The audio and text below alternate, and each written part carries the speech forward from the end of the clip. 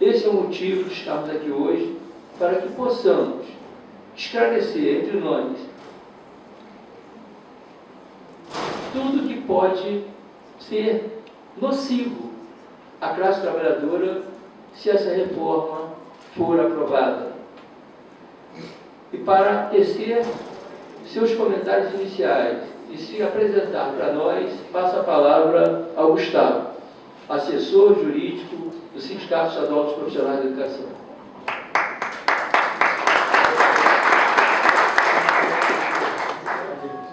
Eu vou direto ao tema, porque 5 minutos não vai dar para falar de uma reforma que, na nossa opinião, tem no seu bojo uma série de maldades e de ataque aos direitos dos trabalhadores.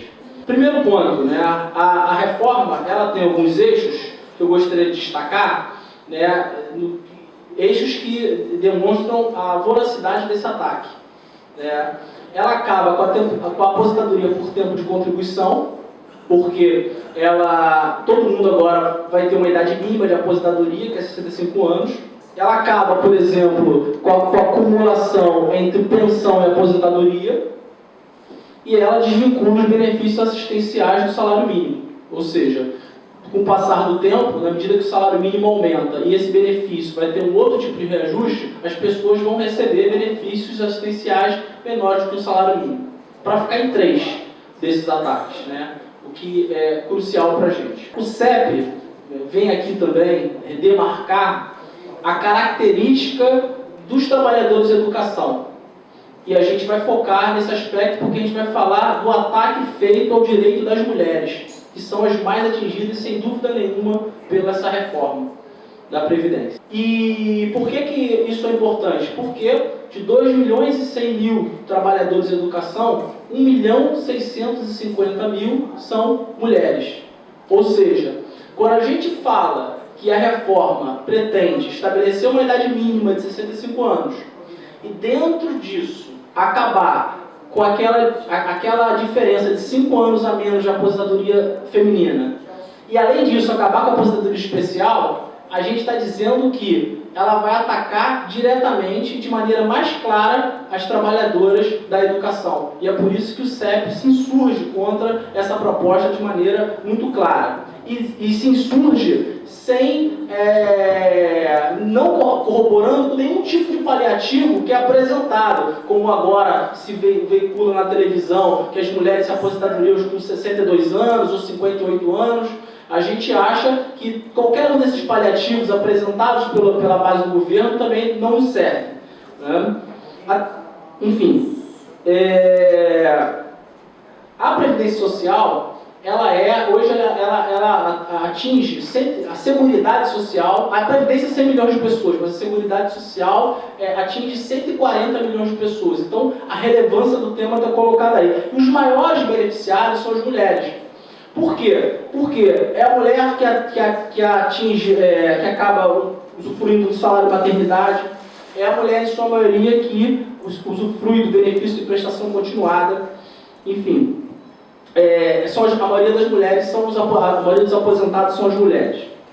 E essa reforma, o que parece, né, um ataque à aposentadoria dos que virão, o CEP quer demarcar aqui que o problema não é só para aqueles que vão se aposentar, porque o governo apresenta uma proposta de transição que também, né, por exemplo, no caso da educação, mais uma vez, desses 2,1 milhão de trabalhadores de educação, docentes, 1.200.000 vão ser atingidos porque estão fora da regra de transição.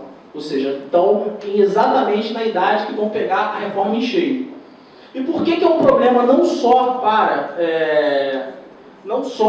os trabalhadores da educação, aliás, para os trabalhadores da educação, não só, mas sobretudo para as mulheres? Porque, vejam, a situação.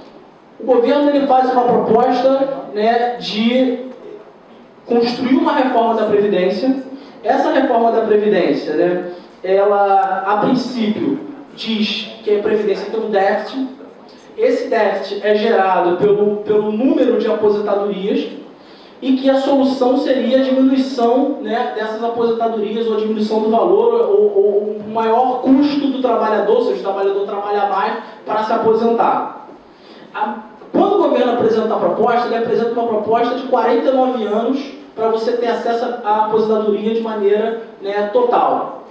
Qual é o incentivo que o trabalhador que está hoje no mercado de trabalho, que está hoje com 20 anos, vai ter para continuar no mercado de trabalho formal, contribuindo com a Previdência Social, nessa condição, para que daqui a 45 anos ele possa se aposentar, isso se, né, a média de vida não aumentar e o patamar da Previdência sair de 65 para 67 e assim por diante. Ou seja, o que o CEP está dizendo? Está dizendo que essa proposta da reforma da Previdência, diferentemente do que o governo fala, de que a propaganda do governo diz o seguinte: se não reformar, a aposentadoria vai estar sob risco, essa reforma coloca a aposentadoria sob risco.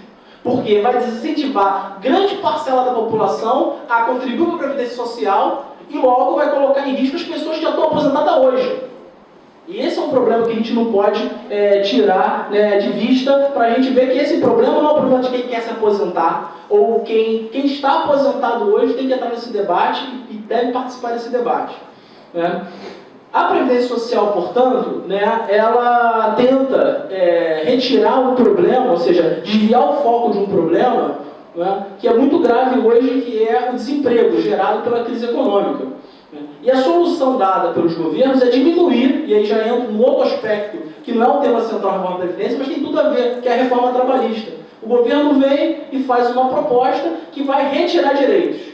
Se vai retirar direitos, eu vou precarizar o trabalho. O trabalho precarizado contribui menos e coloca mais uma vez a conta na atual reforma da Previdência. Ou seja, cria as condições para as pessoas pagarem menos previdência, logo coloca em risco quem está também hoje se aposentando. Mais uma vez, a reforma trabalhista e a reforma da Previdência se casam e vão colocar em risco, inclusive, o aposentado atual, né? Esse é um outro problema que a gente gostaria de reforçar. Bem, e se o governo fala que a Previdência está em déficit?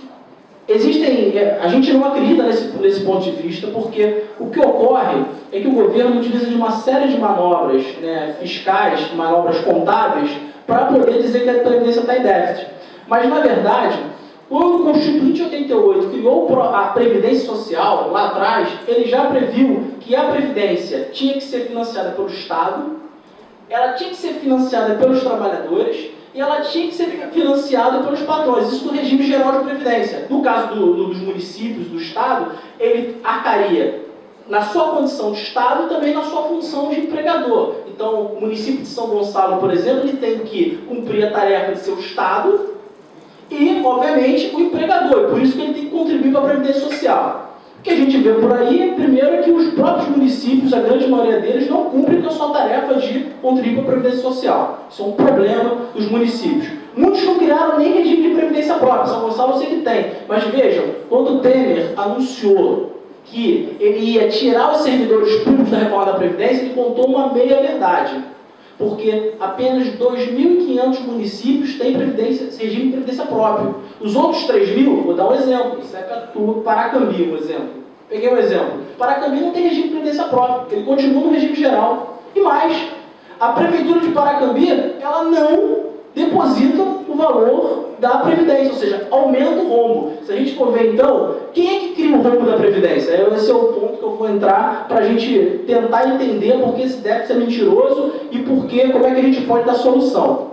Déficit é mentiroso por quê? Porque o governo não leva em consideração as contribuições que estão relacionadas na Constituição que devem compor a fonte de recursos da Previdência Social.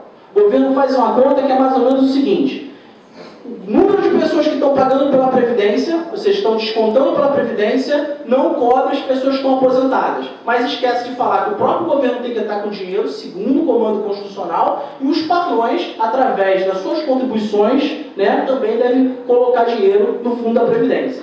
E por que isso está dando problema hoje? Porque o governo também não admite, e aí entra um pouco nas propostas, o seguinte: o governo não admite que o processo que nós vivemos recentemente de desoneração fiscal colocou em risco a Previdência. E essas desonerações, elas ocorrem a nível nacional, a nível estadual e a nível municipal. Porque quando o governo do Estado deixa de arrecadar, o fundo de participação do município cai. Quando o governo federal deixa de arrecadar, o fundo de participação do município também cai. E, para completar, o próprio governo municipal, muitas das vezes, cria uma série de desonerações. O argumento da desoneração é sempre o seguinte: nós vamos criar mais emprego, mas a gente viu recentemente que está sendo um dos maiores escândalos de corrupção é que o próprio governo, né, do Cabral, que está preso, ele desonerou a folha de pagamento, deu isenção fiscal para todo mundo e o resultado não foi emprego nenhum. Ou seja, ele só tirou dinheiro do caixa e comprometeu o fundo de previdência e, obviamente, que atingiu os municípios também. Então, considerando que a previdência tem que ser sempre capitalizada, existem propostas que são diferentes daquela do governo, que é só tirar direito, jogar na conta do trabalhador. E quais são essas propostas que a gente defende, que a gente acha correto, inclusive auxiliado pelo DIEESE, né, que orienta o CEP, as centrais sindicais, nessa perspectiva? Primeiro, o fim das exonerações. Eu acho que isso é fundamental. Eu estou com um dado aqui, né, quando cria esses programas super simples, microempreendedor individual, 22,4 bilhões deixaram de ser arrecadados em 2016 por Previdência. Porque o empregador deixa de contribuir para a Previdência, ele ganha essa isenção para criar emprego, mas na verdade ele não cria emprego, ele só cria o programa de Previdência. O fim da DRU, não sei se todo mundo conhece, o desvinculação de resistência à União, o governo agora aprovou uma DRU mais ofensiva, de 30%. Então, você retira 30% do orçamento da Previdência e esses 30% não retornam para a Previdência. Ou seja, então quando o governo fala que tem déficit, ele já está falando, ele não considera esses 30% que são retirados da Previdência. Também, revisão das isenções de previdenciárias para entidades filantrópicas. Eu estou com um valor aqui, 11 bilhões. 11 bilhões deixaram de ser colocados na reforma da Previdência Social, porque a entidade filantrópica não paga o que deve no que diz respeito à Previdência. A contribuição previdenciária patronal das entidades filantrópicas não entra, né, na conta da Previdência, porque eles têm isenção. Eu acho que a gente tem que pensar e rever.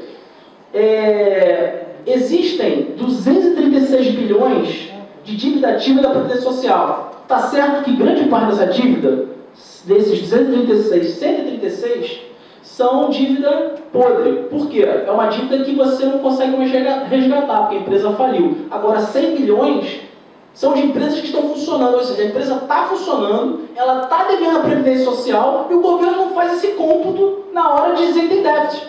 Por isso que essa propaganda do governo, inclusive, no Rio Grande do Sul, ela foi proibida. Ela foi proibida por uma decisão judicial de primeira instância, porque era mentirosa, claramente mentirosa. Né? A gente, inclusive, tem que batalhar aqui no Rio para que essa propaganda também seja proibida no Rio.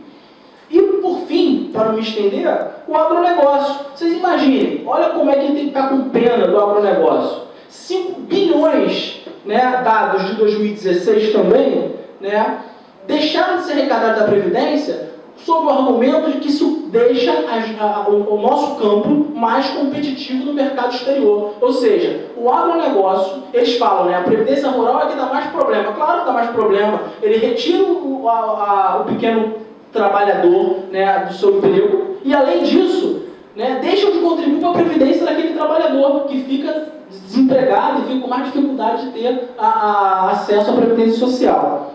Por fim, né, falado um pouco da drama que é a Previdência, um pouco das soluções que não tem nada a ver com o que o governo propõe, é dizer que a gente, no CEP, a gente vem atuando nas câmaras, tentando dialogar com a sociedade, a gente vem acompanhando o movimento da sociedade, a CNBB, a Assembleia de Bispos, de Convenção das Igrejas Batistas, a OAB, todos esses, né, setores da sociedade civil já se posicionaram contra a Previdência Social. Né? Por outro lado, existem setores que continuam ainda tentando bancar o discurso que a Previdência Social é bom. Então, o que a gente vem reforçar aqui e agradecer ao vereador pela oportunidade é dizer o seguinte, que o CEP, no dia 28, vai estar, né, imbuído e durante toda a semana vai estar panfletando, convocando todo mundo da sociedade que é contra essa reforma da Previdência a participar da greve geral do dia 28, junto com outras categorias e mais 9 centrais sindicais que estão envolvidas nesse processo. Tá certo? Muito obrigado pela oportunidade.